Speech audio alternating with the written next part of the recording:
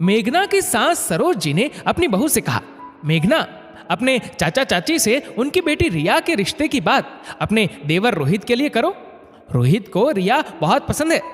पारिवारिक समारोह में 2-4 बार उससे मिलना हुआ है। रिया के पिताजी स्कूल में पढ़ाते हैं ना, बहुत पैसे वाले नहीं है ना, मिडिल क्लास है ना। मेघना की सास ने उससे पूछा। मेघना नहीं चाहती थी कि उसकी चचेरी बहन का रिश्ता इन घमंडी लोगों के घर हो। मेघना और उसके घर वाले खुद परेशान थे ऐसे घर में रिश्ता करके। मेघना के माता पिता ने ससुराल का रुतबा, पैसा, रईसी देख उसका रिश्ता तय कर दिया। उन्हें लगा उनकी बेटी महलों में राज करेगी। उन्हें क्या मालूम था कि सोने के पिंजरे में कैद मैना जैसी उसकी स्थिति हो जाएगी। हर बात पर रईसी का घमंड और उसके मायके का अपमान, यही तो अब तक करते आ रहे हैं उसके ससुराल वाले उसके साथ। ना किसी बात पर उससे कभी सलाह ली जाती और ना ही अपने लिए कोई फैसला लेने का अधिकार। नियतिमान मेघना ने समझौता कर लिया था।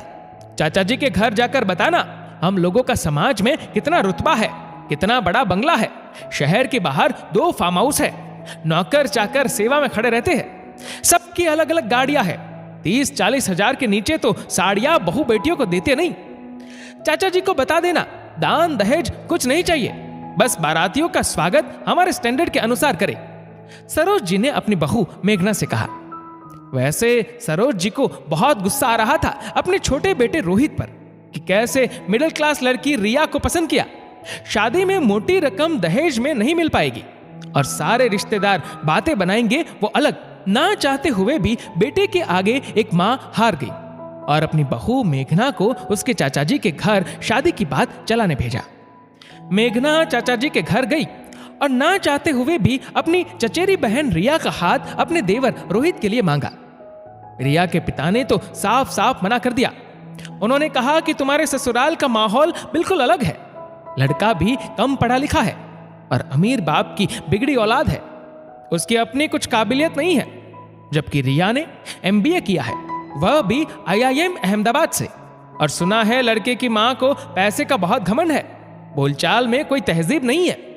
लड़के वाले संपन्न जरूर है लेकिन संस्कारी नहीं है। ससुराल के लोग अच्छे हो तो मायके की कमी पूरी हो जाती है, वरना कितनों की जिंदगी बर्बाद हो जाती है। हमें यह रिश्ता स्वीकार नहीं है।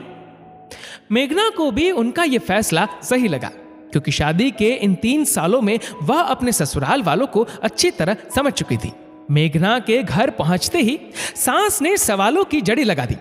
मेघना ने कहा, मम्मी जी, उन्होंने शादी के लिए मना कर दिया। सासू मां सरोज जी ने कहा उनकी औकात ही नहीं थी इतने बड़े घर में बेटी देने की, लेन देन के नाम पर डर गए होंगे।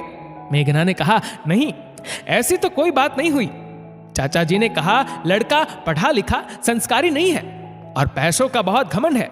हमारी बेटी जमीन से जुड़ी पढ़ी लिखी संस्कारी बच्ची है, इसलिए उन्हें रिश्ता पसंद नहीं आया।